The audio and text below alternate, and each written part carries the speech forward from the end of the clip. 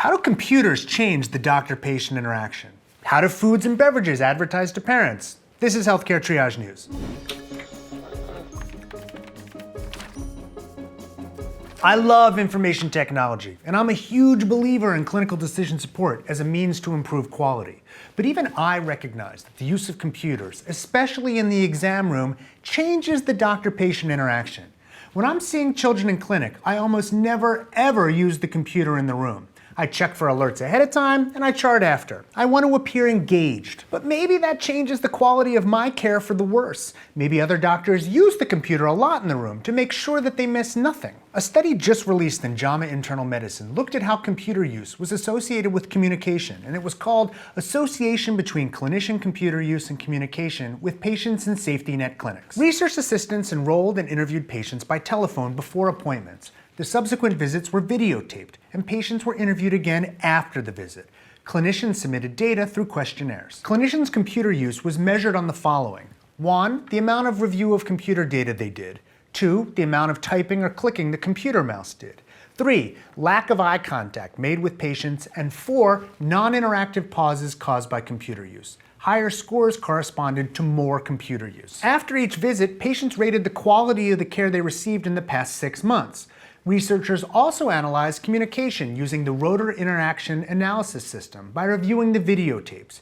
They took the computer use scores and divided them into 3 equal groups. Then they conducted analyses, controlling for the length of visit, patient education level, general quality of life, type of clinician seen, years in practice, and specialty. Patients who had clinical encounters with high computer use were less likely to rate their care as excellent compared to those who had encounters with low computer use, 48% versus 83%. Clinicians in encounters with high computer use engaged in more negative rapport building. Bottom line here, high computer use by clinicians was associated with lower patient satisfaction and differences in communication. This shouldn't be taken as an argument to remove computers and health information technology from patient care, because there certainly are benefits. But it should be a warning to all of us to consider how we can improve our communication with patients and make sure the computer use doesn't negatively impact our relationships with them. Richard Frankel, a colleague of mine and mentor, has some wise suggestions as to how we might do that in an accompanying editorial. He's an expert in this area, and reading his piece is worth your time. Links in the video description below. Our second story is from pediatrics, children's food and beverage promotion on television to parents. Researchers analyzed a database of TV shows in the United States for a year to look at the advertisements for children's packaged food and beverages. Someone spent a lot of time watching kids shows to build that database. They classified the advertisements as directed towards kids or their parents. About half the foods had ads directed at parents. Those ads usually promoted nutrition, health, and an active lifestyle. Kids' ads focused on taste. What's concerning is that the foods often advertised aren't really healthy. Check out some of these claims, all made about sugar-sweetened beverages, with 1 combined serving of fruits and vegetables, as if that's a lot. 40% fewer calories than most regular soda brands. Is that good? Made with low-fat milk with calcium, vitamins A and D, and that's the milk emperor at work. No high fructose corn syrup, as if that constitutes the metric of healthy.